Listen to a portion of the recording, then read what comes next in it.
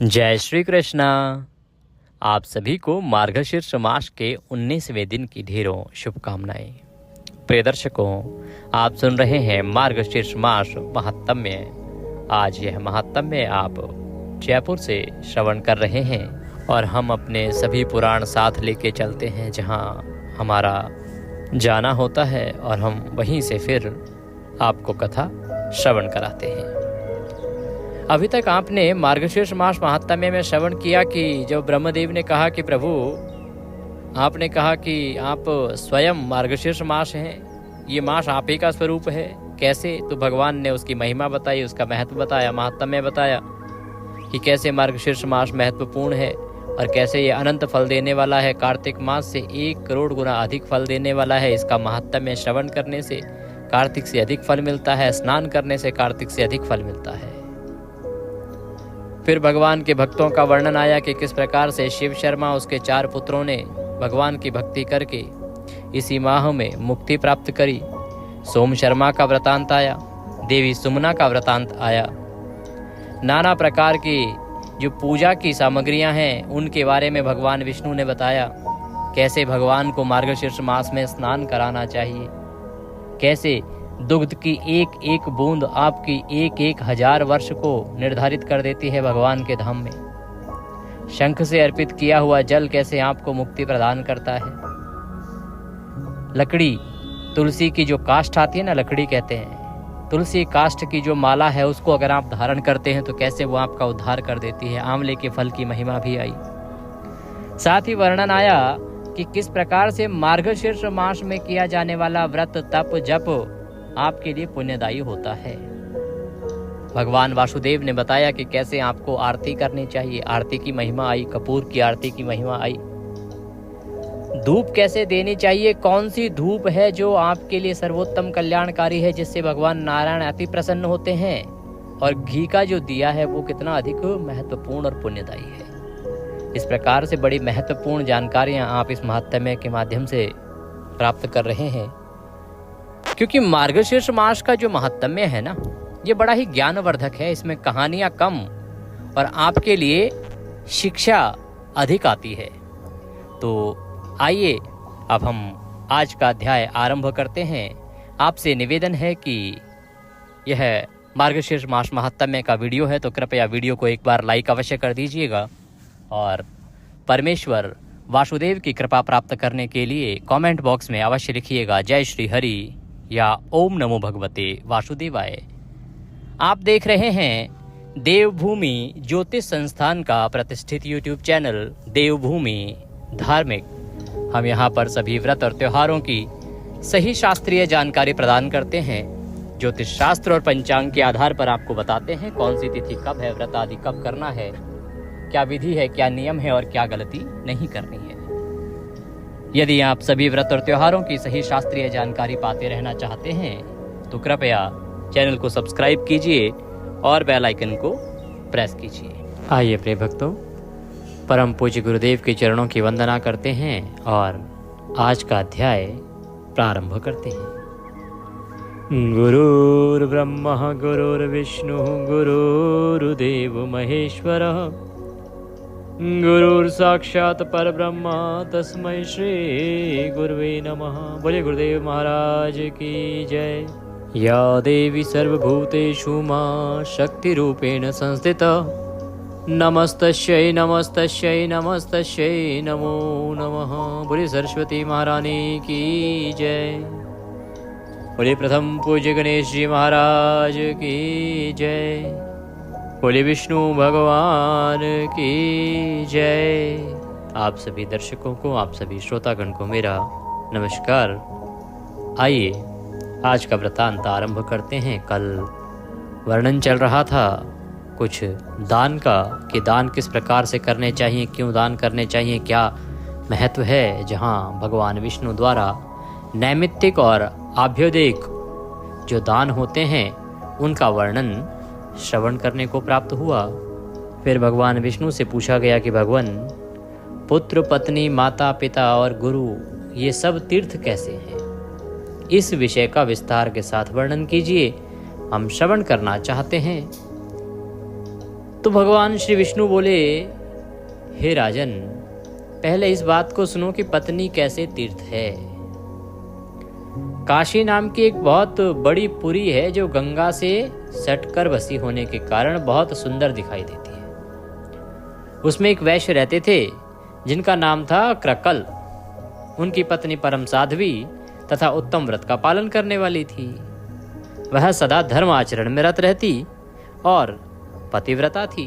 उसका नाम था शुक्ला। शुक्ला के अंग पवित्र थे। वह सुयोग्य पुत्रों की जननी, सुंदरी, मंगलमयी और सत्यवादिनी, शुभा और शुद्ध स्वभाव वाली थी। उसकी आकृति देखने में बड़ी मनोहर थी। व्रतों का पालन करना उसे अत्यंत प्रिय था।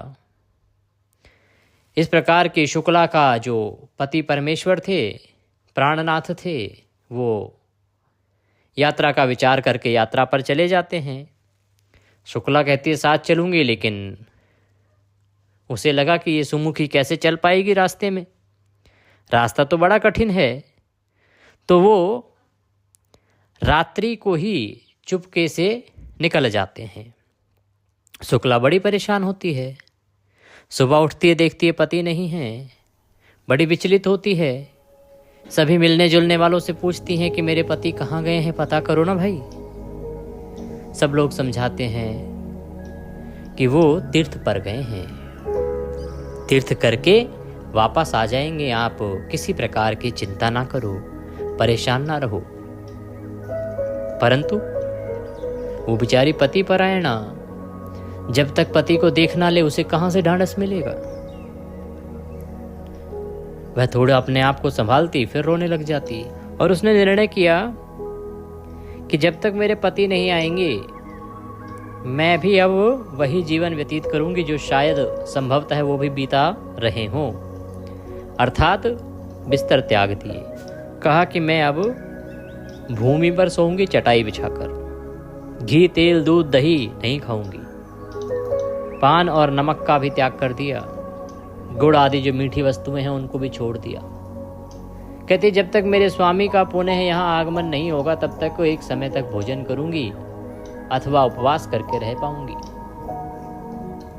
इस प्रकार नियम लेकर शुक्ला बड़े दुख से दिन बिताने लगी। उसने एक वेणी धारण करना आरंभ कर दिया था। एक ही आंगिया से वह अपने शरीर को ढकने लगी। उसका वेश मलिन हो गया था। वह एक ही मलिन वस्त्र धारण करके रहती और अत्यंत दुखित हो लंबी सांस खींचती हुई हाहाकार किया करती थी। विरह अग्नि से दग्ध होने के कारण उसका शरीर काला पड़ गया। विरह अर्थात बिछुड़न जो होती है ना, उससे सदा पीड़ित रहती थी वो, सदा याद में, क्योंकि विछोह जो होता है वो बहुत बड़ा दुख देता है। आपका कोई प्रिय हो जिसके प्रति आप समर्पित हो और वह अगर चला जाए तो वह आपके लिए बड़ा कष्टकर होता है।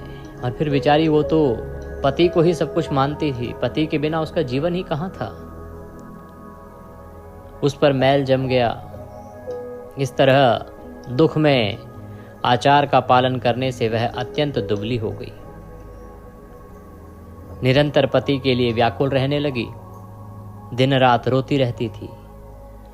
रात को उसे कभी नींद नहीं आती थी और ना ही भूख लगती थी। शुक्ला की यह अवस्था देख उसकी सहेलियों ने आकर पूछा, सखी शुक्ला, तुम इस समय क्यों रो रही हो? सुमुखी, हमें अपने दुख का कारण तो बताओ। शुक्ला बोली, सखियों, मेरे धर्मपरायण स्वामी मुझे छोड़कर धर्म कमाने गए हैं। मैं निर्दोष, साध्वी, सदाचार परायणा और पतिव्रता हूँ। फिर भी मेरे प्राणाधार मेरा त्याग करके तीर्थ यात्रा कर रहे हैं। इससे मैं दुखी हूँ।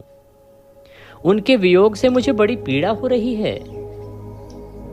सखी, प्राण त्याग देना अच्छा है, किंतु प्राणाधार स्वामी का त्यागना कदापि अच्छा नहीं है।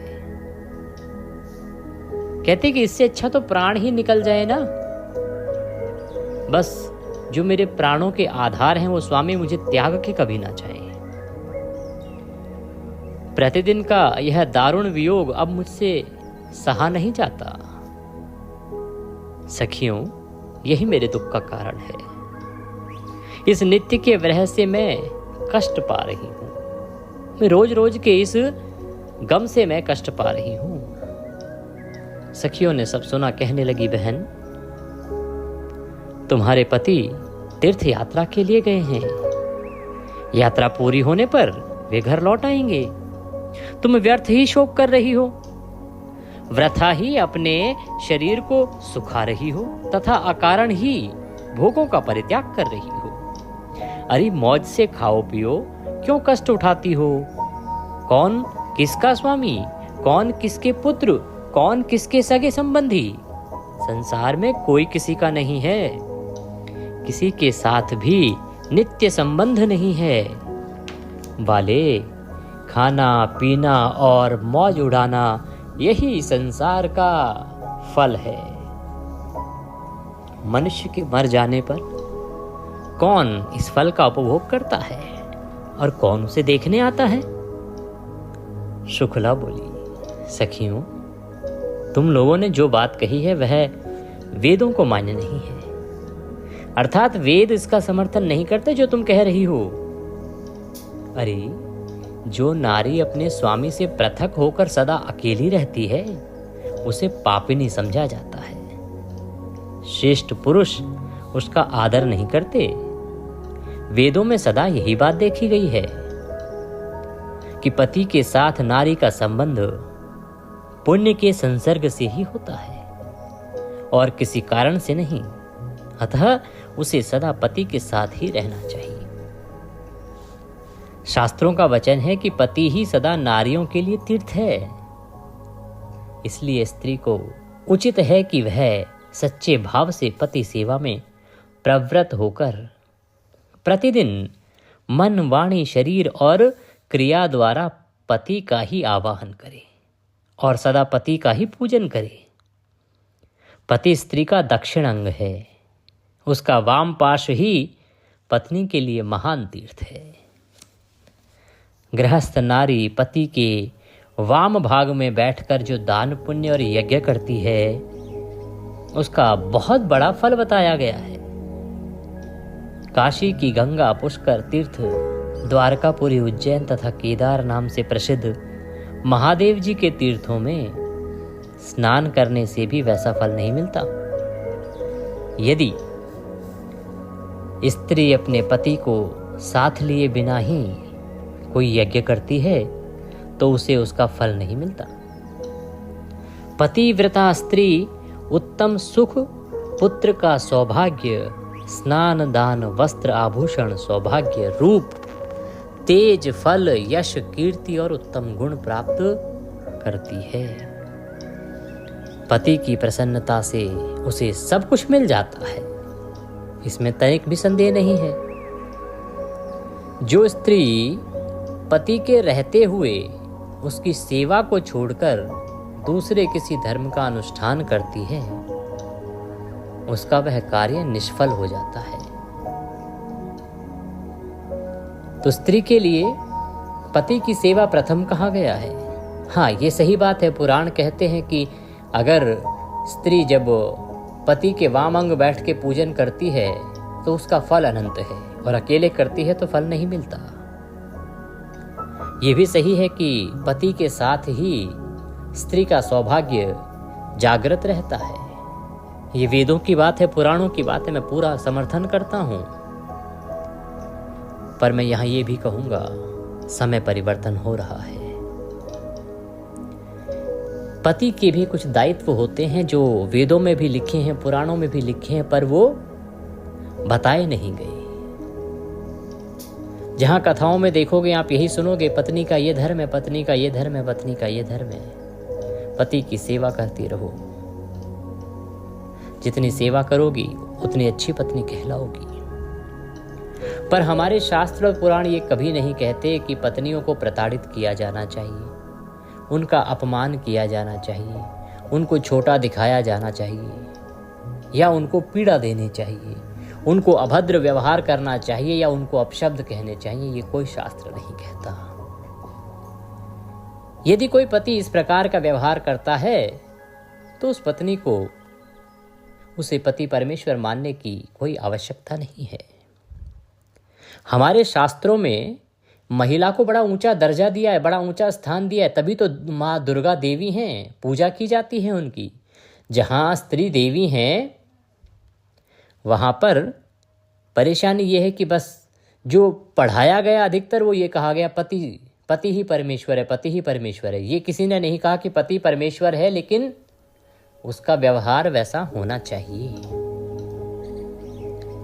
पति का कर्म भी तो परमेश्वर जैसा हो। अब पति तो रोज दारू पी के मारेगा, पीटेगा, गालियां देगा और फिर ये कहे कि पत्नी समझे परमेश्वर, नहीं चल सकता। और शास्त्र भी इसके लिए नहीं कहते। तो यहाँ जो शास्त्र कह रहे हैं, जो देवी शुक्ला बता रही हैं कि वेदों में लिखा है, वो उन्हीं के लिए लिखा है कि जो पुरुष अपने चरित्र के अनुसार उत्तम व्यवहार कर रहे हैं, अपने नियमों का पालन कर रहे हैं, जो पुरुषत्व के प्रथम शर्तें हैं उनका पूर्ण कर रहे हैं, जो पत्नी के प्रति अपने दायित्व हैं उनका निर्वहन कर रहे हैं, उनके लिए पत्नी को वैसा ही व्यवहार करना चाहिए जैसा यहाँ शास्त्रों में कहा गया है। तो मैं यही मानता हूँ कि इसी प्रकार से हमारा जीवन चलना चाहिए। एक तरफा नहीं चल सकता कि हम केवल कहें कि पति पत्नी को कुछ ना समझे और पत्नी परमेश्वर मानती रहे, ऐसा नहीं होगा। महिला को सम्मान अवश्य मिलना चाहिए। आत्मरक्षा, आत्मसुरक्षा, आत्मसम्मान ये सबका अधिकार है।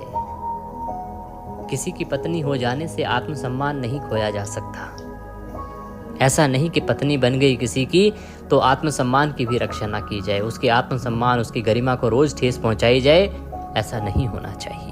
देवी शुक्ला कहती हैं कि पति की प्रसन्नता से उसे सब कुछ मिल जाता है, इसमें तनिक भी संदेह नहीं। जो स्त्री पति के रहते उसकी सेवा को छोड़कर दूसरे किसी धर्म का अनुष्ठान करती है, उसका वह कार्य निष्फल हो जाता है तथा लोक में वह व्यभिचारिणी कही जाती है कि पति का तो ध्यान रखो मत, बाकी कामों में लगी रहो, उसका कोई लाभ नहीं।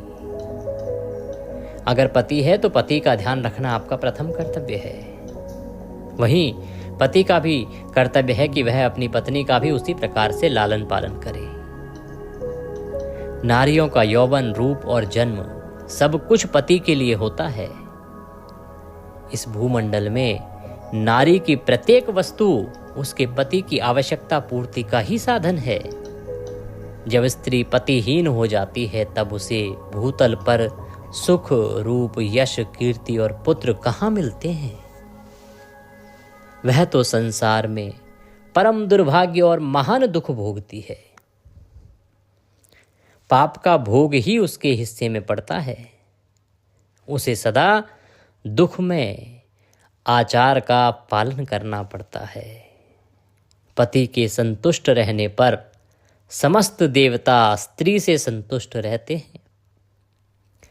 ऋषि और मनुष्य भी प्रसन्न रहते हैं। राजन, पति ही स्त्री का स्वामी, पति ही गुरु, पति ही देवताओं सहित उसका इष्ट देव और पति ही तीर्थ एवं पुण्य है। पति के बाहर चले जाने पर यदि स्त्री श्रृंगार करती है तो उसका रूप, वर्ण सब कुछ भार रूप हो जाता है। पृथ्वी पर लोग उसे देखकर कहते हैं कि यह निश्चय ही व्यभिचारिणी है।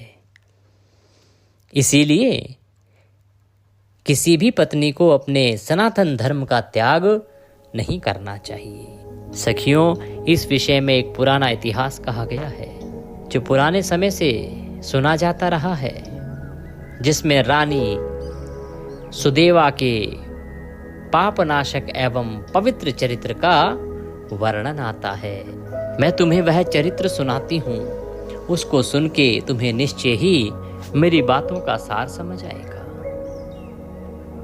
तो जब सखियों ने कहा कि तू खामखा क्यों चिंता करती है, बेवजह पति गए हैं, तीर्थ स्थल पे गए हैं, आ जाएंगे, तू क्यों परेशान हो रही है, अपने सभी भोगों को भोग, आराम से खा पी और मजे कर।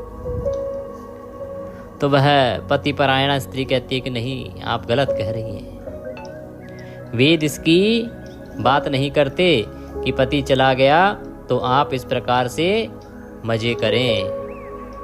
वहाँ शास्त्रों की बात बताती हैं, वेदों की बात बताती हैं, और उसके बाद कहती हैं कि इसके संबंध में एक इतिहास है, उसको मैं बताती हूँ तुम्हें, उसको सुनोगी तो शायद तुम्हें ज्ञात होगा और मेरे शब्दों को समझ पाओगी। इसमें शुक्ला रानी सुदेवा की महिमा बताएंगी और एक शूकर और शूकरी का उपाख्यान आएगा और शूकरी द्वारा अपने पति के पुनर्जन्म का वर्णन आएगा। बड़ा ही उत्तम प्रसंग है वह, जो अगले अध्याय में आने वाला है। आज का अध्याय यहीं पूर्ण होता है। कल आगे का उपाख्यान जब हम सुनेंगे तो उसमें बड़ा ही महत्वपूर्ण वृतांत आएगा। जो प्रसंग अभी देवी शुक्ला कह रही हैं कि वो एक प्राचीन प्रसंग सुनाने जा रही हैं, तो वो शूकर शूकरी का जो उपाख्यान है सुदेवा की महिमा को बताते हुए, इसको हम कल श्रवण करेंगे। प्रिय दर्शकों, आपकी जानकारी के लिए बताएं कि विष्णु पुराण सुनना ना भूलें प्रतिदिन, और मार्गशीर्ष मास शुक्ल पक्ष आरंभ हो चुका है। दीपदान का नियम नहीं लिया है तो कम से कम अब जो दिन बचे हैं उनमें तो कर ही लीजिए, और कपूर का दिया जलाएं, घी का दिया जलाएं, भगवान को स्नान कराएं, शंख से जल अर्पित करें। मार्गशीर्ष मास के बचे हुए दिनों में एकादशी कब है, इसका वीडियो मैंने अपलोड कर दिया है। हमारे कुछ दर्शक जो हैं यूएसए, कनाडा, यूके, न्यूजीलैंड और ऑस्ट्रेलिया, इन देशों में भी हैं, तो आपके लिए भी एकादशी कब है इसकी जानकारी का वीडियो शीघ्र ही आपको प्राप्त होगा। और आप सभी से मैं अनुरोध करूंगा कि आप हमारे साथ व्हाट्सएप पे जुड़ें, जिससे कि आप सीधा संवाद हमारे साथ कर पाएँ और ये सही जानकारियाँ, सभी जानकारियाँ व्हाट्सएप के माध्यम से भी प्राप्त कर पाएँ। कथा के निमित्त यदि दक्षिणा आदि कुछ भी अर्पित करना चाहते हैं तो स्क्रीन पर जो नंबर आ रहा है उस पर भेज सकते हैं, और जो QR कोड साथ में दिया गया है उसको स्कैन करके भी सीधा बैंक खाते में भेज सकते हैं। कुछ पूछना चाहें, कहना चाहें, कमेंट बॉक्स में लिख के पूछ लीजिएगा। कल का अध्याय थोड़ा बड़ा रहेगा और कल हम पुनः दिल्ली पहुंच जाएंगे, तो उसके बाद श्रीमद् भागवत गीता का जो अध्याय आपका नहीं आया है सुनने में, वो भी आपको अवश्य ही सुनने को प्राप्त होगा। क्योंकि जब यात्रा में रहते हैं तो सारी कथाएं कर पाना थोड़ा मुश्किल तो होता है। समय निकालते हैं किसी प्रकार से, क्योंकि प्रभु की कथाओं का श्रवण कराना, उनको पढ़ना और सुनाना, यही हमने अपना कर्तव्य मान लिया है और यही अपना कर्म मान लिया है। तो प्रभु ऐसे ही हम पर कृपा करते रहें कि हम समय निकालते रहें, हमें समय मिलता रहे प्रभु की कथाओं को गुणगान करने का, प्रभु का गुणगान करने का, और आप सभी भक्तगण भी सुनते रहें और प्रभु की कृपा प्राप्त करते रहें। कुछ और कहना चाहें तो व्हाट्सएप में पूछ लीजिएगा या कमेंट बॉक्स में लिख के पूछिएगा। हरे कृष्ण।